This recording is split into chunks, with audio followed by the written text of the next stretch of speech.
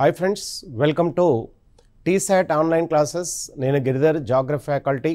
So ఇక్కడ TSAT క్లాసెస్లో మనం ప్రధానంగా ప్రపంచ భూగోళ శాస్త్రానికి సంబంధించిన అతి ప్రధానమైన అంశాలని మనం ఇక్కడ చర్చించుకుంటున్నాం. అందులో భాగంగా సముద్ర శాస్త్రము అంటే ఓషనోగ్రఫీకి సంబంధించినటువంటి అంశాలను వివరంగా మనం ఇక్కడ చూస్తున్నాం. అయితే ఇంతకుముందు సముద్ర శాస్త్రం 1వ భాగంలో సముద్రాలకు సంబంధించిన జల భాగాలకు సంబంధించిన అంశాలను వివరంగా తెలుసుకోవడం జరిగింది. ఇప్పుడు సముద్ర శాస్త్రంలోని మరొక అంశాన్ని 2వ భాగంగా ఇక్కడ చూడడం జరుగుతుంది. ఈ 2వ భాగంలో సముద్రంలోని లవణీయత మరియు సముద్ర జలాల ప్రవాహాలకు సంబంధించిన అంశాలను ఈ సముద్ర 2వ భాగంలో మనం ఇప్పుడు చర్చించుకుందాం. రైట్. సో మొదటిది సముద్ర జలాల లవణీయత.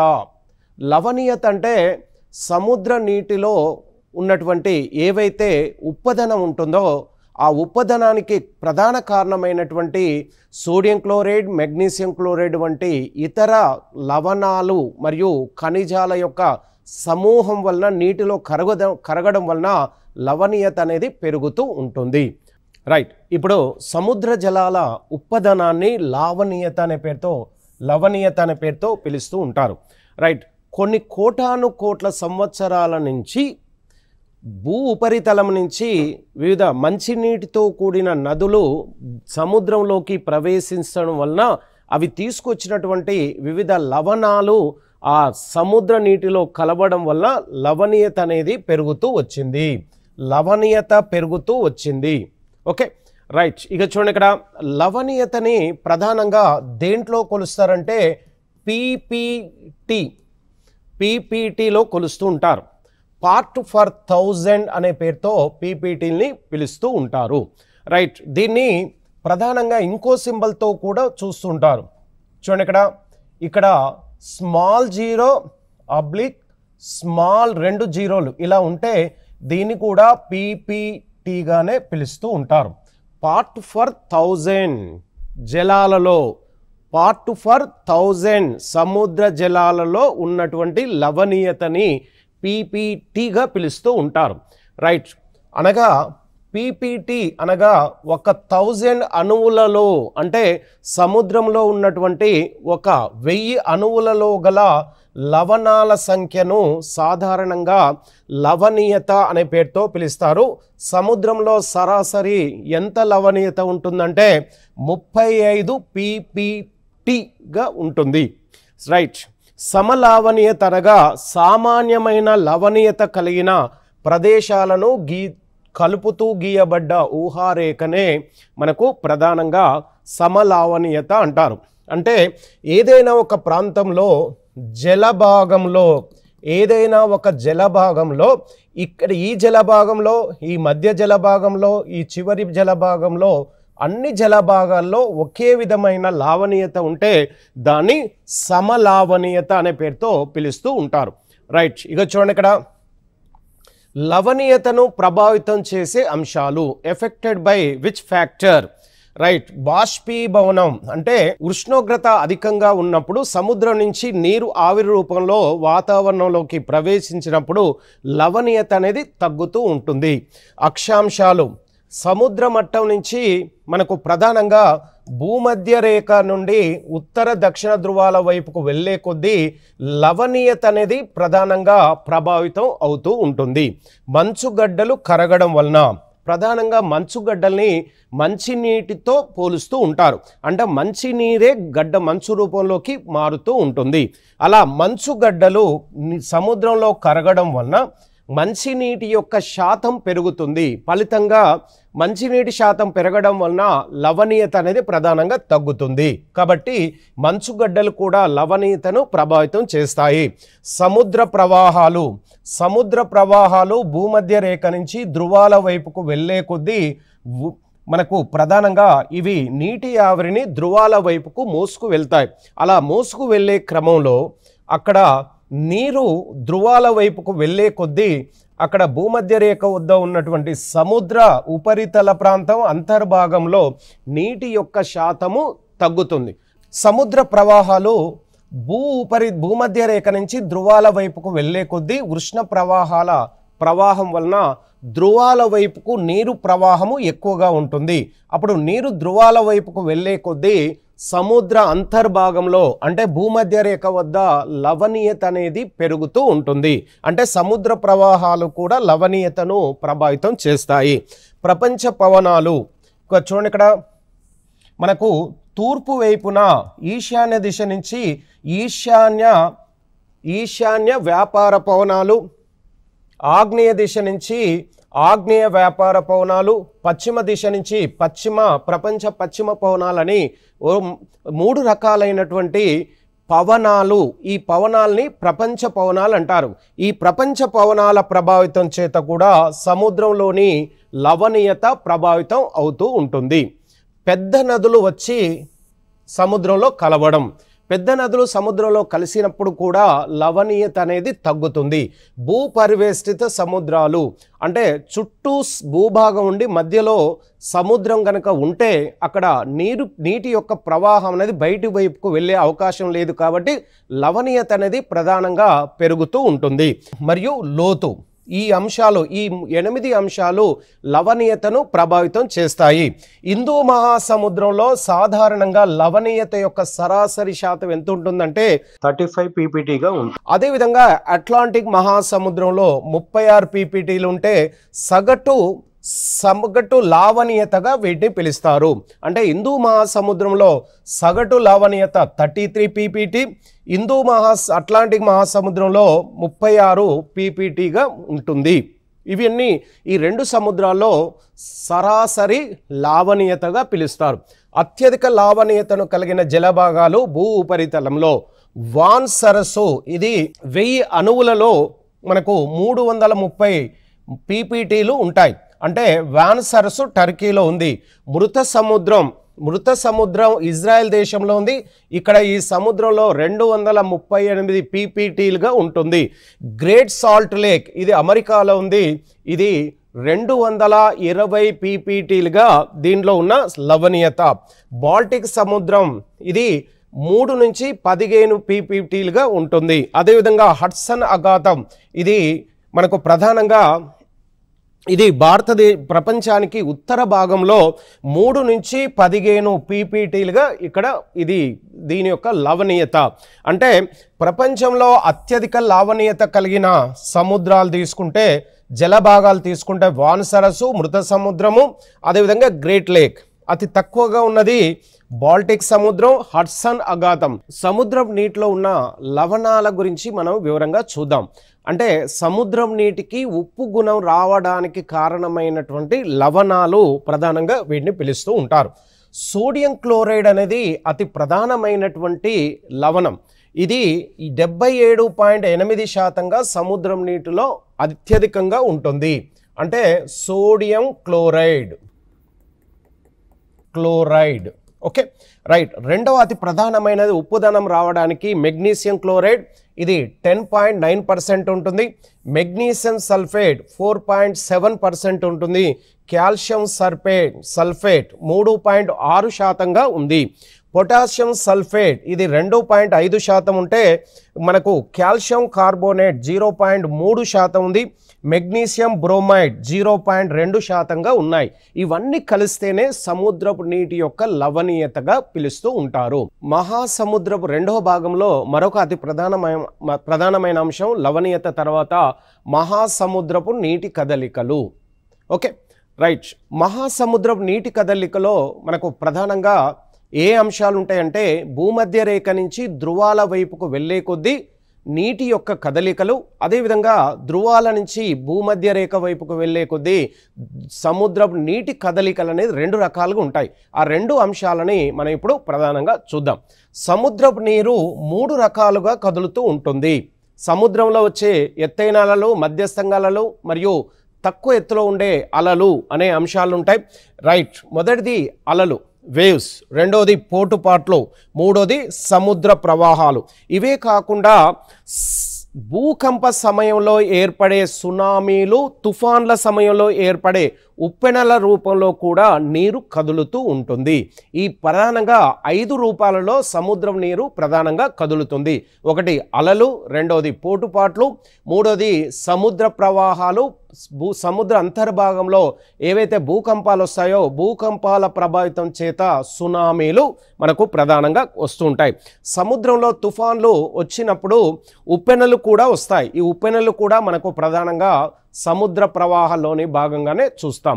రైట్. అలలు విశాల సముద్ర ఉపరితలం మీద మనకు ప్రధానంగా పవనాల యొక్క ఒరిపిడి శక్తి వలన కదలికలు ఏర్పడతాయి. వాటినే ప్రధానంగా అలలు అంటారు. సముద్ర ఉపరితలం మీద పవనాలు అంటే భూ ఉపరితలం మీదకి వివిధ రకాల పవనాలు వీస్తుంటాయి. ఆ పవనాల ప్రభావితం చేత నీరు ఎత్తుగా నీరు అలల రూపంలో ప్రధానంగా మనకు కనబడుతూ ఉంటుంది. అలా కనబడడానికి కారణం ఏంటంటే నీటిలో జరిగే ఒరిపిడి శక్తి వలన మనకు అలలు వస్తూ ఉంటాయి. రైట్. ఇక చూడండి, వీటి ఎత్తైన భాగాన్ని శృంగంగా మరియు లోతైన భాగాన్ని ద్రోణిగా పిలుస్తూ ఉంటారు. ఇలా అలలు వచ్చినప్పుడు ఎత్తైన భాగాన్ని శృంగమని, అదేవిధంగా మనకు పల్ల ప్రాంతంలో ఉన్నటువంటి ఈ జల భాగాన్ని ద్రోణి అనే పేరుతో ప్రధానంగా పిలుస్తూ ఉంటారు. రైట్. పోటుపాట్లు ఒక రోజు వ్యవధిలో సముద్ర మట్టం 2 సార్లు పెరగడం మరియు అలా 2 సార్లు తగ్గడాన్ని పోటుపాట్లుగా పిలుస్తారు. ఇలా సముద్ర మట్టం పెరగడాన్ని పోటు అని, అదేవిధంగా సముద్ర మట్టం తగ్గడాన్ని పాటు అనే పేరుతో పిలుస్తూ ఉంటారు.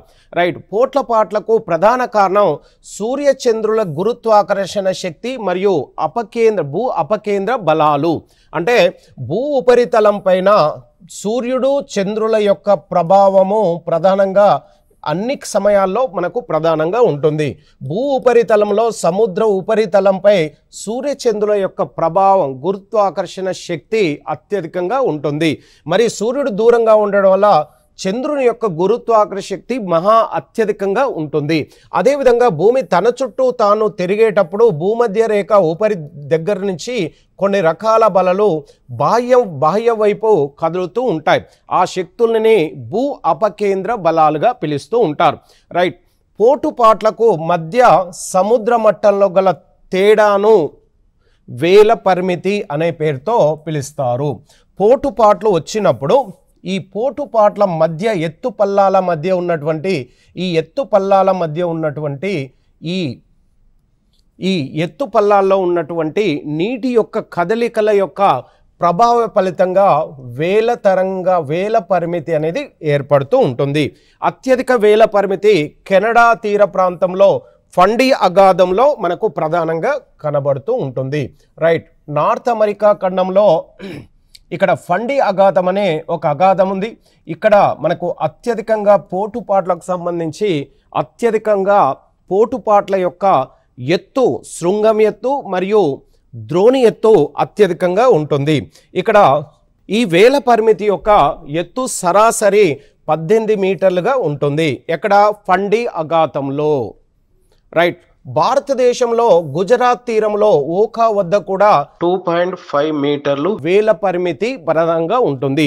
మనకు వేల పరిమితి అంటే ఈ పోటుపాట్ల యొక్క ఉపయోగాలు ఏంటి అనే విషయాన్ని తీసుకుంటే, ఇది తీర ప్రాంతంలో చేపలు పట్టే వారికి ప్రధానంగా ఈ పోటుపాట్లు అత్యధికంగా సహకరిస్తూ ఉంటాయి. నదీ ముఖద్వారాల వద్ద ఏర్పడే నిక్షేపాలను కూడా ఇది ప్రభావితం చేస్తుంది.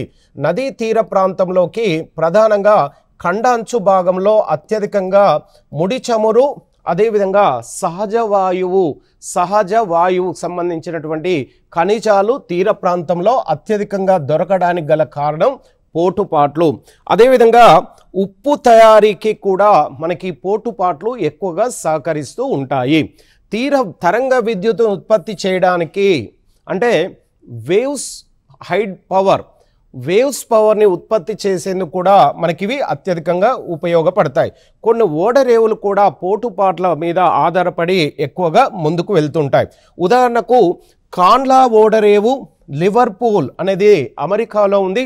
కాన్లా ఓడరేవు వద్ద భారతదేశంలో అత్యధికంగా పోటుపాట్ల యొక్క ప్రభావితం చేత కాండ్లా ఓడరేవులో సముద్ర తీరానికి ఓడలు వేగంగా రావడానికి, అదేవిధంగా సముద్రంలో ఎక్కువ వేగంగా సముద్రంలోకి ఓడలు ప్రవేశించేందుకు ఈ పోటుపాట్లు ప్రధానంగా ఉపయోగపడతాయి. రైట్. సముద్ర ప్రవాహాలు, ప్రధానమైన ప్రవాహాలు ఇవే. రైట్. సముద్రంలో నీరు నిర్దిష్ట లక్షణాలతో నిర్దిష్ట దిశలో మరియు నిరంతరం ప్రవహించడానికి సముద్ర ప్రవాహాలు అంటారు. రైట్. ఇక చూడండి, ఇక్కడ సముద్ర ఉపరితలంలో ఇటు భూమధ్య రేఖ నుంచి కానీ ఇటు ధ్రువాల నుంచి కానీ మనకు నిర్దిష్ట లక్షణాలు ఒకే దిశలో మరియు నిరంతరము ఎల్లవేళలా అన్ని కాలాల్లో కూడా భూమధ్య రేఖ నుంచి ధ్రువాల వైపుకు తరంగాలు ప్రవహిస్తాయి, సముద్ర తరంగాలు. అదేవిధంగా ధ్రువాల నుంచి కూడా భూమధ్య రేఖ వైపుకు ప్రత్యేకించి నిర్దిష్ట లక్షణాలు, దిశ మరియు నిరంతరము ఈ సముద్ర ప్రవాహాలు అనేవి ఉపరితల ప్రాంతంలో మనకు ప్రధానంగా ఉంటాయి. వీటిని సముద్ర నదులు అంటారు. నీరు అలల రూపంలో ధ్రువాల వైపుకు ఇలా వెళ్తూ ఉంటాయి. ఇలా భూమధ్య రేఖ నుంచి ధ్రువాల వైపుకు ఇవి అలల రూపంలో మనకు ప్రధానంగా నీరు నదీ ప్రవాహం ఎలా ఉంటుందో అలా నీరు కూడా నదుల రూపంలో ధ్రువాల వైపుకు, ధ్రువాల నుంచి సముద్రాల వైపుకు నదుల రూపంలో మనకు ప్రధానంగా ఈ సముద్రాలు కదులుతూ ఉంటాయి. ఇక చూడండి, ఇక్కడ వీటిని సముద్ర నదులు అనే పేరుతో ప్రధానంగా పిలుస్తారు. రైట్. ఈ ప్రధానంగా సముద్ర ప్రవాహాలకు గల ప్రధాన కారణాలు తీసుకుంటే ప్రపంచ పవనాలు, భూమి తన చుట్టూ తాను తిరిగేటప్పుడు వ్యాపార పవనాలు తూర్పు నుంచి, అదేవిధంగా పశ్చిమ పవనాలు మనకు ప్రధానంగా పశ్చిమ దిశ నుంచి కదులుతూ ఉంటాయి. ఇవి ప్రధానంగా ఈ ప్రపంచ పవనాలు ఏర్పడడానికి ప్రధాన కారణాలు పవనాలు. అపకేంద్ర బలాలు, భూమి తన చుట్టూ తాను తిరిగేటప్పుడు భూ ఉపరితలం నుంచి కొన్ని బలాలు బాహ్యం వైపుకు అంటే ఈ సౌర వ్యవస్థ వైపుకు ప్రధానంగా కదులుతూ ఉంటాయి. ఇవి కూడా సముద్ర ప్రవాహాలకు ప్రధాన కారణంగా పిలుస్తారు.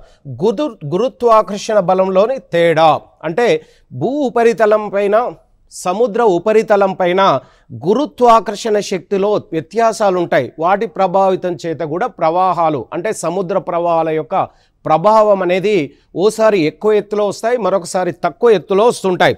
సౌరశక్తి, సోలార్ ఎనర్జీ అంటే సూర్యుని నుంచి వచ్చే అత్యధిక ఉష్ణోగ్రత ప్రభావం కూడా సముద్రంపై మనకు ప్రధానంగా కనబడుతుంది.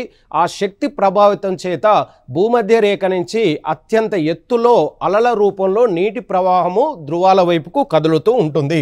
అదేవిధంగా మంచుగడ్డలు, స్నో పీసెస్ ఇవి కూడా సముద్ర ప్రవాహాల యొక్క వేగాన్ని ప్రధానంగా నిర్ధారిస్తాయి. ఆ పెద్ద పెద్ద నదులు వచ్చి కలవడం అంటే భూ ఉపరితలం నుంచి పెద్ద పెద్ద నదులు అంటే నైలు నది, అమెజాన్ నది, గంగా నది, బ్రహ్మపుత్ర నదులు సముద్రంలో కలిసే ప్రాంతం వద్ద సముద్రాల యొక్క ప్రవాహం అనేది హెచ్చు తగ్గులు అనేది ప్రధానంగా మనకు కనబడుతూ ఉంటుంది. రైట్. ఇక్కడ మనకు భూ ఉపరితలంలో ప్రధానంగా 7 ఖండాలు ఉంటాయి. 7 ఖండాల్లో రైట్ ఇక చూడండి, ఇక్కడ 7 ఖండాలు. ఇగో Asia, Africa, North America, South America, Antarctica, Europe, ఇది ఆస్ట్రేలియా. ఈ 7 ఖండాలకు మధ్యలో జలభాగాలు ఉంటాయి. ఈ జలభాగాలు ఇటువైపు ఉన్న దీన్ని పసిఫిక్ మహాసముద్రం అని, ఇటువైపు కూడా మనకు పసిఫిక్ మహాసముద్రం ఉంటుంది. ఈ మధ్య భాగంలో అట్లాంటిక్ మహాసముద్రం, ఈ మధ్య భాగంలో హిందూ మహాసముద్రం, అదేవిధంగా ఈ 3 సముద్రాల దక్షిణ భాగంలో అంటార్క్టికా మహాసముద్రం, ఉపరితల ప్రాంతంలో కూడా ఉత్తరాన ఆర్కిటిక్ మహాసముద్రం ఉంటాయి. ఈ 5 మహాసముద్రాల్లో ప్రధానంగా మనకు పసిఫిక్ మహాసముద్రం, అట్లాంటిక్ మహాసముద్రం, హిందూ మహాసముద్రంలో ప్రధానంగా ఈ జల ప్రవాహాలనే ప్రధానంగా మనకు ఉంటాయి. పసిఫిక్ మహాసముద్రంలోని ప్రవాహాలు. రైట్. పసిఫిక్ మహాసముద్రంలో ఉత్తర పసిఫిక్ మహాసముద్రం, దక్షిణ పసిఫిక్ మహాసముద్రంలోని ప్రవాహాల గురించి మనం ఇప్పుడు చూద్దాం. ఉత్తర భూమధ్య రేఖ ప్రవాహము. ఉత్తర భూమధ్య రేఖ ప్రవాహాల వ్యాపార పవనాల వలన మెక్సికో పశ్చిమాన ప్రారంభమవుతుంది. ఇది ఉత్తర భూమధ్య రేఖ ప్రవాహము మనకు ప్రధానంగా మెక్సికో దేశంలో పశ్చిమాన ప్రారంభమై ఇది ఫిలిప్పీన్స్ దీవుల వద్ద ఉత్తరం వైపుకు తిరుగుతూ ఉంటుంది. ఇవి ఇలా తిరిగే క్రమంలో మనకు అత్యుష్ణ పవనాలు, శీతల పవనాలని రెండు రకాలు ఉంటాయి. అత్యంత శీతల పవనాలు, ఉష్ణ పవనాలు అనే రెండు రకాల పవనాలు. శీతల పవనాలు ధ్రువాల నుంచి భూమధ్య రేఖ వైపుకు, అదేవిధంగా ఉష్ణ పవనాలు భూమధ్య రేఖ నుంచి ధ్రువాల వైపు ప్రధానంగా కదులుతూ ఉంటాయి. ఇలా కదిలే క్రమంలో ఉత్తర భూమధ్య రేఖ ప్రవాహము, ఇది చూడండి ఇక్కడ ఇత్తర అంటే మనకు ప్రధానంగా ఇది ఎలా ఉంటుందంటే ఇది north America, South America, Asia, అదేవిధంగా ఆస్ట్రేలియా, ఉత్తర మెక్సికో ఈ భాగం నుంచి నీరు ప్రధానంగా సముద్ర ప్రవాహాల రూపంలో ఇటువైపు నుంచి ఫిలిప్పీన్స్ దేశం వైపుకు నీరు ఇలా కదులుతూ ఉంది. మెక్సికో నుంచి పశ్చిమ వైపుగా మనకు ఫిలిప్పీన్స్కు తూర్పు నుండి ఈ పవనాలు, ఉత్తర భూమధ్య రేఖ పవనాలు ఇలా కదులుతూ ఉంటాయి. ఇలా కదిలే క్రమంలో ఇక్కడ మెక్సికో నుంచి మనకు ప్రధానంగా సముద్ర నీరు వేడి రూపంలో, ఉష్ణ ప్రవాహాల రూపంలో కదులుతూ ఉంటుంది. ఇలా కదులుతున్న ఇవి మనకు ఫిలిప్పీన్స్ దేశానికి అత్యధిక వర్షపాతాన్ని తీసుకువస్తూ ఉంటాయి, ఉత్తరం వైపుకు కదులుతూ ఉంటాయి. రైట్, ఇక్కడ ఫిలిప్పీన్స్ ద్వీపాల నుంచి ఆసియా తూర్పు తీరం గుండా ప్రవహిస్తూ జపాన్ తీరం వద్ద కురోషియో అనే చల్లని ప్రవాహాన్ని ఏర్పరుస్తుంది. చూడండి ఇక్కడ north America, South America, Asia, Australia, ఇలా మెక్సికో నుంచి ఇక్కడ ఫిలిప్పీన్స్ వద్ద ఉష్ణ ప్రవాహాలుగా మారి అదే ఉష్ణ ప్రవాహ మార్గము ఫిలిప్పీన్స్ నుంచి ఆసియా తూర్పు భాగంలో జపాన్ వైపుకు ప్రవహిస్తూ మళ్ళీ జపాన్ నుంచి తూర్పు వైపుగా మళ్ళీ ప్రవాహాలు మళ్ళడం వలన ఇవి శీతల ప్రవాహాలుగా తమ రూపాన్ని మార్చుకుంటాయి. తర్వాత అమెరికా పశ్చిమ తీరం గుండా శీతల ప్రవాహంగా ప్రవహిస్తూ కాలిఫోర్నియా తీరం గుండా కాలిఫోర్నియా ప్రవాహంగా పిలుస్తూ ఉంటారు. ఇక చూడండి ఇక్కడ ఇలా తూర్పు వైపు వస్తూ ఉత్తర అమెరికా ఖండానికి కాలిఫోర్నియా అనే ఇక్కడ ఒక దిశ ఉంది. కాలిఫోర్నియా నుంచి ఇటువైపు కాలిఫోర్నియా శీతల ప్రవాహంగా ఇది తన ప్రభావాన్ని అమెరికా యొక్క అంటే యుఎస్ఏ పశ్చిమ భాగంలో ఎడారి ప్రాంతం ఏర్పడడానికి ప్రధాన కారణంగా కాలిఫోర్నియా తీరం గుండా కాలిఫోర్నియా ప్రభావము ఎక్కువగా చూపిస్తూ ఉంటుంది. రైట్, దక్షిణ పసిఫిక్ మహాసముద్రాలు, ఇంకా చూడండి ఇక్కడ ఇది ఏషియా, ఇది north America, South America, Australia. చూడండి ఇక్కడ ఇది భూమధ్య రేఖకు మెక్సికో నుంచి ఇలా వచ్చి మనకు కాలిఫోర్నియా ప్రవాహంగా మారింది. ఇక్కడ దక్షిణ ప్రవాహము చూడండి, దక్షిణ పసిఫిక్ మహాసముద్రం నుంచి మనకు వేడితో కూడిన పవనాలు ఇలా వస్తూ మనకి ఇక్కడ ఇండోనేషియా దీవులు అంటారు. ఇండోనేషియాకు పశ్చిమ వైపున ఇలా పశ్చిమ వైపు ప్రవహిస్తూ పెరు తీర ప్రాంతం వైపుకు, అంటే ఇక్కడ పెరు తీరం ఉంది దక్షిణ అమెరికా ఖండంలో ఇలా వస్తూ పెరు తీరం వైపుకు ఈ ప్రవాహాలు మారుతూ శీతల ప్రవాహాలుగా ప్రవహిస్తూ ఉంటాయి. ఇలా భూమధ్య రేఖ ప్రవాహము ఇండోనేషియా ద్వీపాల వద్ద చూడండి, ఇండోనేషియా ద్వీపాల వద్ద మనకు ఉష్ణ ప్రవాహంగా ప్రవహిస్తూ తర్వాత దక్షిణం వైపు వెళ్ళి మరియు దక్షిణ అమెరికా ఖండం వైపుకు ప్రవహిస్తూ ఉంటుంది. ఇలా దక్షిణ అమెరికా వైపుకు ప్రవహిస్తూ మనకు ప్రధానంగా ఇది పెరు తీరం వైపుకు కదులుతూ వెళుతూ ఉంటుంది. ఇలా భూమధ్య రేఖ ప్రవాహము ఇండోనేషియా ద్వీపాల వద్ద దక్షిణంగా తిరిగి ఆస్ట్రేలియా తూర్పు తీరం గుండా ప్రవహిస్తుంది. చూడండి ఇక్కడ ఇలా ఫిలిప్పీన్స్ నుంచి దక్షిణం వైపు ప్రవహిస్తూ ఇది ఆస్ట్రేలియాకు తూర్పు వైపు నుంచి ప్రవహించే ప్రవాహంగా దీన్ని పిలుస్తారు. దీన్ని ఉత్తర పసిఫిక్ మహాసముద్రంలో భూమధ్య రేఖ ప్రవాహాన్ని. రైట్, పశ్చిమ ప్రవాహము ఆస్ట్రేలియా నుండి చిలీ వరకు ప్రవహిస్తూ ఉంటుంది. ఇక్కడ ఆస్ట్రేలియా, ఇక్కడ నార్త్ అమెరికా ఇలా ప్రవహిస్తూ తూర్పు వైపుకు ఇక్కడ చిలీ దేశం వైపుకు మనకు ఈ ఆస్ట్రేలియా నుంచి ఉష్ణ ప్రవాహము చిలీ వరకు శీతల ప్రవాహంగా ప్రవహిస్తూ ఉంటుంది. ఇలా శీతల ప్రవాహంగా చిలీ ప్రవాహాల వైపుకు ప్రవహిస్తూ అక్కడ చిలీ ప్రాంతంలో మనకు ప్రధానంగా అత్యల్ప వర్షపాతాన్ని ఇస్తూ మనకు ఆటకామా ఎడారిని ఏర్పరుస్తూ ఉంటుంది. అట్లాంటిక్ సముద్రంలోని ప్రవాహాలు, అట్లాంటిక్ మహాసముద్రంలోని ప్రవాహాలు రెండు రకాలు. మనకు ఉత్తర అట్లాంటిక్ భూమధ్య రేఖ ప్రవాహం అని ఒకటి, మరియు దక్షిణ అట్లాంటిక్ భూమధ్య రేఖ ప్రవాహం అని మరొక ప్రవాహము రెండు ఉన్నాయి. అందులో మనకు ఉత్తర భూమధ్య రేఖ ప్రవాహము ఇక్కడ స్టార్ట్ అవుతుంది. ఉత్తర భూమధ్య రేఖ ప్రవాహము ఇది పశ్చిమ ఆఫ్రికా, ఇది ప్రధానంగా పశ్చిమ ఆఫ్రికా అనే పేరుతో ఇది పిలుస్తారు.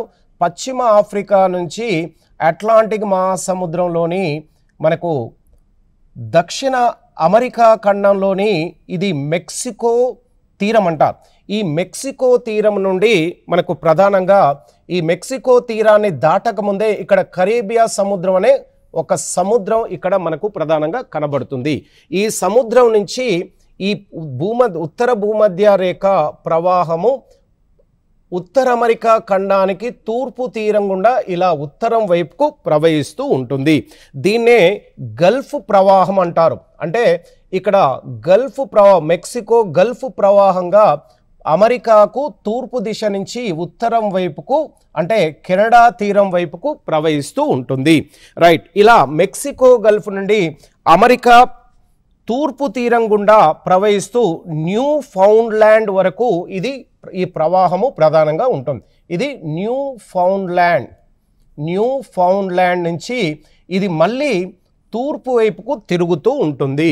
ఎలా తిరుగుతుందంటే ఈ పశ్చిమ పవన ప్రవాహము న్యూ ఫౌండ్ ల్యాండ్ నుండి తూర్పు భాగాన ఉన్నటువంటి ఆఫ్రికా ఖండానికి ఉత్తరాన ఉన్న యూరప్, ఇలా నార్త్ అమెరికా ఇలా ప్రవహిస్తూ అమెరికాకు తూర్పు నుంచి ప్రవహిస్తూ ఇక్కడ న్యూ ఫౌండ్ నుంచి మనకు యూరప్ వైపుకు అంటే తూర్పు వైపుకు తిరుగుతూ ఇక్కడ మనకు ప్రధానంగా నార్వే దేశం వరకు ప్రవహిస్తూ ఉంటుంది. ఇలా నార్వే దేశం వైపుకు ప్రవహిస్తూ అలా ప్రవహిస్తున్న ఈ ప్రవాహాన్ని కెనరీ శీతల ప్రవాహంగా పిలుస్తూ ఉంటారు. కెనరీ శీతల ప్రవాహము ఐరోపా పశ్చిమ తీరాన కెనరీ ద్వీపాల వైపుకు ప్రవహిస్తూ ఆఫ్రికా పశ్చిమ తీరం గుండా ఇలా ప్రవహిస్తూ ఇక్కడ సహారా ఎడారి ఏర్పడేందుకు ప్రధాన కారణంగా శీతల ప్రవాహముగా పిలుస్తూ ఉంటారు. రైట్, ఇక లాబ్రాడర్ శీతల ప్రవాహము గ్రీన్లాండ్ అంటే ఉత్తర అమెరికా ఖండంలో గ్రీన్లాండ్ గుండా ఒక చల్లటి శీతల ప్రవాహమే లాబ్రాడర్ శీతల ప్రవాహము. Okay, right. దక్షిణ అట్లాంటిక్ మహాసముద్ర ప్రవాహాలు ఇది ఉత్తర అమెరికా, దక్షిణ అమెరికా, యూరప్, ఆఫ్రికా. రైట్, ఇక చూడండి ఇక్కడ దక్షిణ భూమధ్య రేఖ అంటే దక్షిణ అట్లాంటిక్ మహాసముద్రం నుంచి ఇది దక్షిణ అమెరికా వైపుకు అంటే ప్రధానంగా ఇది దక్షిణ అమెరికా ఖండానికి తూర్పు వైపు గుండా ఇలా ప్రవహిస్తూ ఇక్కడ బెంగ్వేలా అనే శీతల ప్రవాహాన్ని ఇది తీసుకువస్తూ ఇటు ఆఫ్రికా దక్షిణ భాగంలో మనకు కాలహరి ఎడారి ఏర్పడేందుకు ప్రధాన కారణంగా బెంగ్వేలా శీతల ప్రవాహంగా పిలుస్తూ ఉంటారు. ఇక్కడి నుంచి బ్రెజిల్ దేశానికి ఉష్ణ ప్రవాహాన్ని తీసుకొస్తూ మరియు దక్షిణ అట్లాంటిక్ మహాసముద్రంలో ఉత్తరం వైపుకు కదులుతూ మనకు సహారా ఎడారి కాలహరి ఎడారిని ఏర్పాటు చేయడానికి ప్రధాన కారణం బెంగ్వేలా శీతల ప్రవాహము. హిందూ మహాసముద్రంలోని ప్రవాహాల్లో మనకు ప్రధానంగా తీసుకుంటే దక్షిణ భూమధ్య రేఖ ప్రవాహము. ఇక చూడండి ఇక్కడ దక్షిణ భూమధ్య రేఖ ప్రవాహము ఇది భూమధ్య రేఖ. ఇక్కడ దక్షిణ భాగంలో ఇది ఉత్తర హిందూ మహాసముద్రంలోని రెండు భాగాలుగా ఉంటాయి. పశ్చిమ ప్రవాహము ఇది దక్షిణాఫ్రికా తూర్పు తీరం గుండా ఆస్ట్రేలియాలోకి ప్రధానంగా ఆఫ్రికా ఇలా ప్రవహిస్తూ దక్షిణాఫ్రికా తూర్పు భాగం నుండి ఇక్కడ ఆస్ట్రేలియాలోని సిడ్నీ వైపుకు తూర్పు ప్రవాహంగా ఉత్తర భూమధ్య రేఖ ప్రవాహము ప్రవహిస్తూ ఉంటుంది.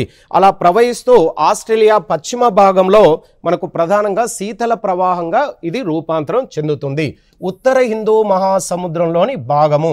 ఉత్తర హిందూ మహాసముద్రంలో ప్రధానంగా భూమధ్య రేఖ ప్రవాహం వలన ఇక్కడ ఇండియా భూమధ్య రేఖ ప్రభావితం చేత మిగిలిన ప్రవాహాలతో పోల్చుకుంటే ఈ ఉత్తర హిందూ మహాసముద్రంలో మనకు చాలా వరకు ప్రవాహాలకు సంబంధించిన అంశాలు ప్రధానంగా తక్కువగా కనబడుతూ ఉంటాయి.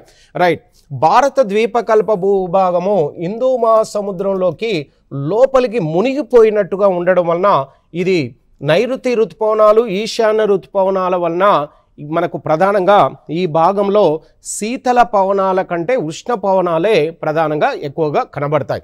ప్రధానంగా ఖండాల పశ్చిమ భాగంలో అత్యధికంగా ఎడారులు ఏర్పడడానికి ప్రధాన కారణం కెనరీ శీతల ప్రవాహం వలన సహారా ఎడారి ఏర్పడింది. పెరు శీతల ప్రవాహం వలన ఆటకామ ఎడారి, అదేవిధంగా బెంగ్వేలా శీతల ప్రవాహం వలన కాలహరి ఎడారి ఏర్పడింది. Okay right. ఇక చూడండి, ఇక్కడ పశ్చిమ ఆస్ట్రేలియా దేశంలో శీతల ప్రవాహం వలన మనకు ప్రధానంగా ఆస్ట్రేలియా ఎడారి ఏర్పడింది. కాలిఫోర్నియా శీతల ప్రవాహం వలన సోనారన్ ఎడార్లు ఏర్పడ్డాయి. సర్గోసా ఇది ఉత్తర అట్లాంటిక్ మహాసముద్రంలో ప్రధానంగా ఇక్కడ సర్గోసా అనే ఒక మహాసముద్రం ఏర్పడింది. ఈ సర్గోసా అనే మహాసముద్రంలో కరేబియన్ ద్వీపాలకు దగ్గరలో ఉంటుంది. ఈ ఈశాన్య దిక్కున ప్రత్యేకంగా తీరం లేని సముద్ర భాగమే సర్గోసా అంటారు. ఇక్కడ ఎలాంటి సముద్రం యొక్క తీరం భూభాగం కానీ జలభాగం సంబంధించిన ఎలాంటి సరిహద్దు లేకపోవడం వలన ఇక్కడ అట్లాంటిస్ ప్రవాహం వలన ఈ సముద్రం బాగా అభివృద్ధి చెందింది. అట్లాంటిస్ అనే ఒక ప్రవాహము ఈ సర్గోసా సముద్ర చుట్టూ ప్రవహిస్తూ ఈ సముద్రాన్ని మనకు ప్రధానంగా రక్షిస్తుండడం వలన మనకు అంటిలిస్ అనే ప్రవాహం వలన సర్గోసా అనే ఈ మహాసముద్రం రక్షించబడుతుంది. మహాసముద్రాలకు సంబంధించినటువంటి ఈ రెండవ భాగంలో ప్రధానంగా ఈ ప్రవాహాలు లవణీయత వంటి అంశాలను వివరంగా చూడడం జరిగింది. ఓకే.